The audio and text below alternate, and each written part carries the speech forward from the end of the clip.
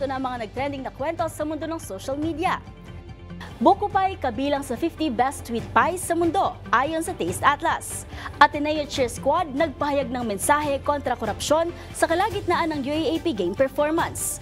Kuwelang introduction video ni Miss Philippines Earth 2025 kinaliwan online. Gate crasher sa isang volleyball match sa Brazil nagpatili sa mga manlalaro. Isang uri ng tree kangaroo muling namataan simula noong maging extinct noong 1928. At largest embroidery in the world para sa Guinness World Records, nasungkit ng isang team sa Singapore.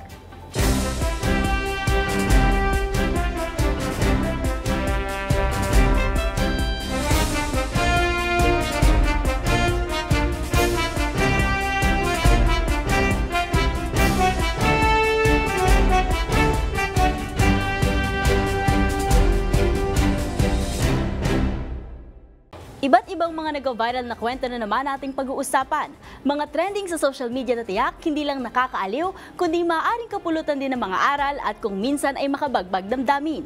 Kasama ang buong pwersa ng DZRH TV, ito ang TNVS, Trending and Viral Show, nakahandang kumpletuhin ang buong kwento. Masaya, malungkot o isyong pambayan man yan, sagot na namin ang inyong tanghalian. Ako po ang inyong likod, Millie Borja ng DZRH TV, una sa Pilipinas, una sa Pilipino.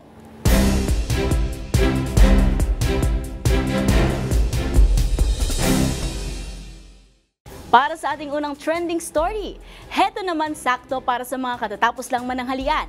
Kung panghimagas ang pag-uusapan, hindi rin papahuli ang isang pagkaing Pinoy.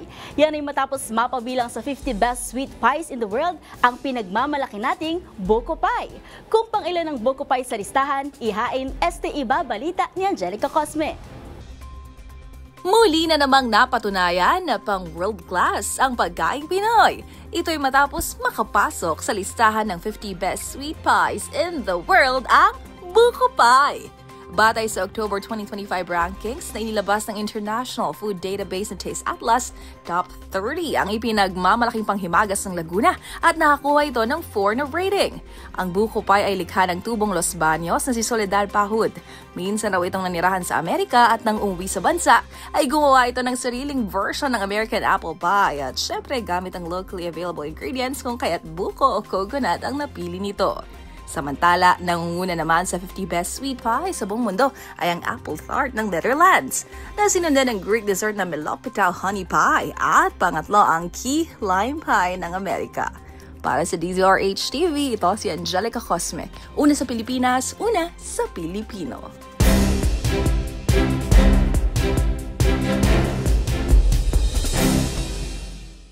Para sa ating next viral story, umingay ang MOA Arena ng higit pa sa sigaw ng crowd dahil sa tapang ng Ateneo Blue Bubble Battalion sa halftime show kasi ng laban kontra UP sa UAAP Season 88 Men's Basketball.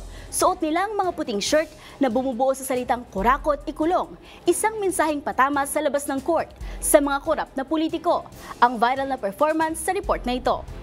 Umingay ang naging halftime show sa naging laban ng Ateneo de Manila University kontra sa University of the Philippines sa SM Mall of Asia Arena para sa UAAP Season 88 Men's Basketball.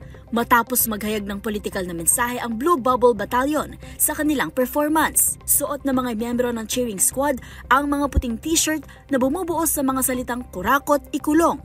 Isang direktang panawagan para sa pananagutan sa umano'y korupsyon sa mga proyekto ng flood control sa bansa. Mabilis na kumalat online ng mga larawan at video ng nasabing performance. Marami ang humanga sa tapang ng Blue Bubble Battalion sa paggamit ng entablado ng UAAP upang maghayag ng paninindigan. Sa isang post na ito, binigyang diin na ang sport ay politikal. May mga nagpahayag din ng suporta sa Reddit sa thread na Our Philippines. Ang nasabing mensahe ay kaugnay sa kasalukuyang imbestigasyon ng pamahalaan sa umano'y malawakang korupsyon sa mga bilyong pisong flood control projects ng bansa.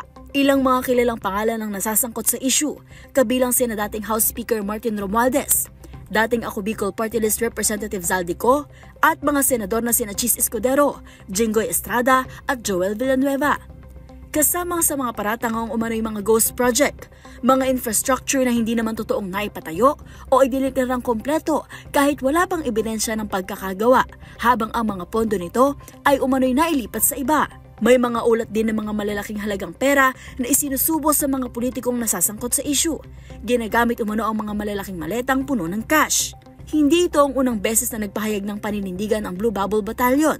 Noong 2017, nagbitbit sila ng banner na may nakasulat na Stop the Extrajudicial Killings and Uphold Human Rights bilang pagkondena sa war on drugs naman ni dating Pangulong Rodrigo Duterte. Para sa DZRH TV, ito si Mili Borja, una sa Pilipinas, una sa Pilipino.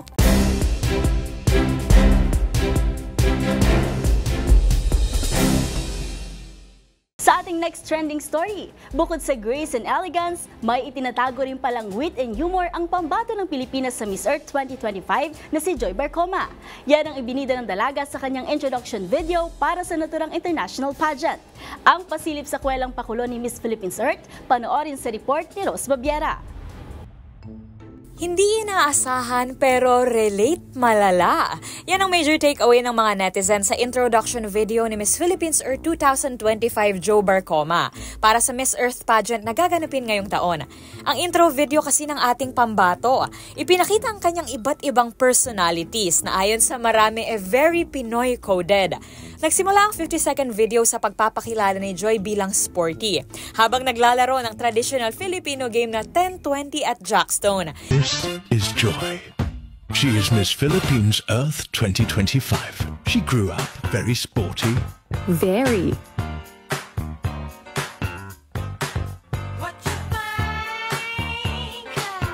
Ibinida rin ng dalaga ang specialty nito sa pagluluto na walang iba, kundi piniritong hot dogs. Also loves to cook for her family. My specialty. Ipinakilala rin si Barcoma bilang isang government consultant at disaster resilience marketing specialist, kung saan ipinakita naman ng dalaga na nagtatype ng kung ano-ano sa kanyang laptop. Works as a government consultant and a disaster resilience marketing specialist. At syempre, hindi rin pinalampas ng beauty queen na ipamalas ang kanyang hosting skills. Aside from her Miss Philippines Earth duties, she also does hosting on the side. Sa huli, ipinakita ang patikim sa night routine ng beauty queen, kung saan nanunood daw ito ng documentary at series bago matulog. Sabay ipinakita na nagbe-binge watch pala ito ng episode ng Raffy Tulfo in action. And her day, she loves to binge watch documentaries and series. Tinapos ang video sa pagtatanong sa audience kung ano nga ba ang kayang gawin ni Joy, na mismong siya na ang sumagot. Pagmamalaki nito, lahat. Anya, lahat ay kaya niyang gawin. Kinoronahan si Joy Barcoma na Miss Philippines Earth 2025 noon lamang Agosto. Nakatakda siyang lumaban dala ang pangalan ng bansa sa ika-25 Miss Earth pageant ngayong taon. Para sa DZRH TV, ito si Rose Babiera. Una sa Pilipinas, una sa Pilipino.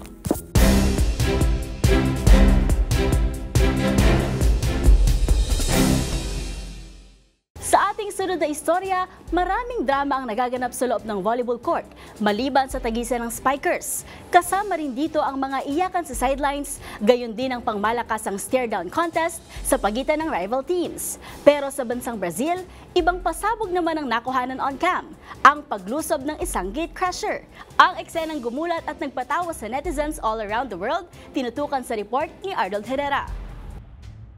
Napahiyaw ang buong arena na ito sa bansang Brazil, hindi dahil sa isang exciting volleyball sequence, kundi dahil sa pagdating ng isang gatecrasher. Napatili, napailag at napalundag ang volleyball players na ito nang biglang sumulpot at nagtatatakbo sa gitna ng court ang isang tila higanteng daga na kung tawagin ay opossum. Na quadra, simplesmente isso. Não, até eu correria, olha! Irmão, Minha Nossa Senhora! Eu vou falar um negócio. Ang kwelang eksenang yan, huling-huli sa post-point review ng laro sa pagitan ng mga koponan ng Barueri at Osasco. At dahil naka-slow motion pa ang footage, makikita rin kung paanong nag-celebrate ang isang team dahil sa nakuha nilang puntos, bago mapansin ng kanilang bench players ang tila pagsalakay ng opossum sa kabilang kampo. Nakatalikod pa man din ang mga manlalaro, kaya't kitang-kita rin ang kanilang gulat at taranta sa pagharurot ng unwanted gatecrasher. Huli kam rin ang excitement ng coaching staff sa nangyari na makikita ring napalundag at napatawa habang pinapanood ang bisita. Ang oposum, mistulang hinintay pa talaga munang matapos ang puntos bago umeksena at tumawid sa gitna mismo ng volleyball court para makita ng lahat ng manonood. Agad din namang itinuloy ang laro matapos ang pagtakas ng furry companion. Para sa DZRH TV, ito si Arnold Herrera. Una sa Pilipinas, una sa Pilipino.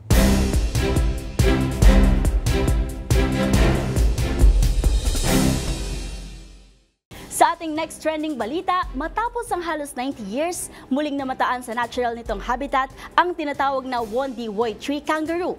Isa itong species na pinaniniwala ang tuluyan ng na-extinct simula pa noong huli itong nakita noong 1928. Ano nga bang itsura ng tree kangaroo na ito? Panoorin yan sa report ni Rovic Manuel.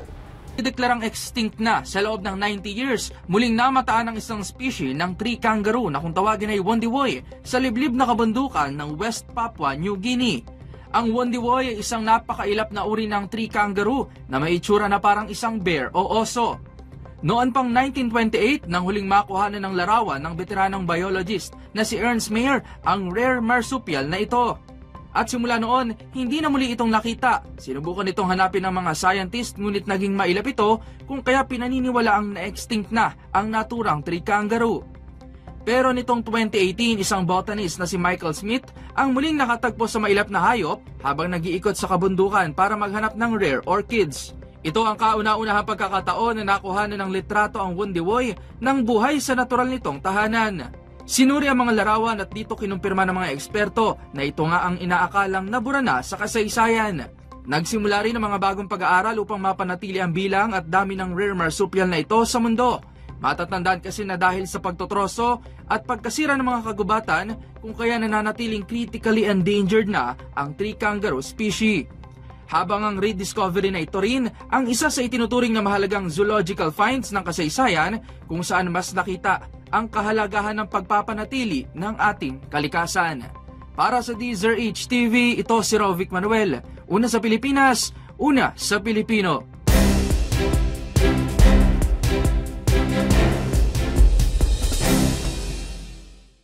Sa ating huling record-breaking story, kinilala ng Guinness World Records ang isang team sa Singapore para sa nagawa nitong largest embroidery in the world na may laking halos 2,000 talampakang kwadrado, kung saan nagtulong-tulong ang 600 na katao para sa halos 10,000 hours na pagtatahi.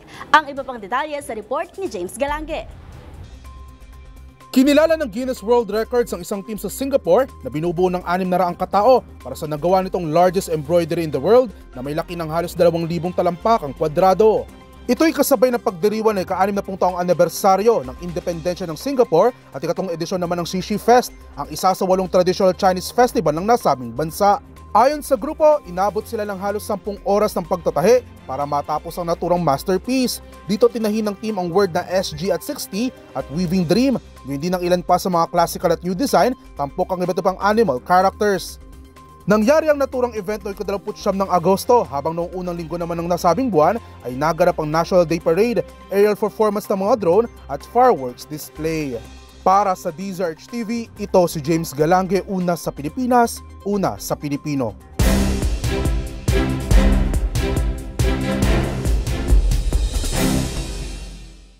At yan ang mga kwentong kinagiliwan, pinusuan at gumawa ng ingay sa social media.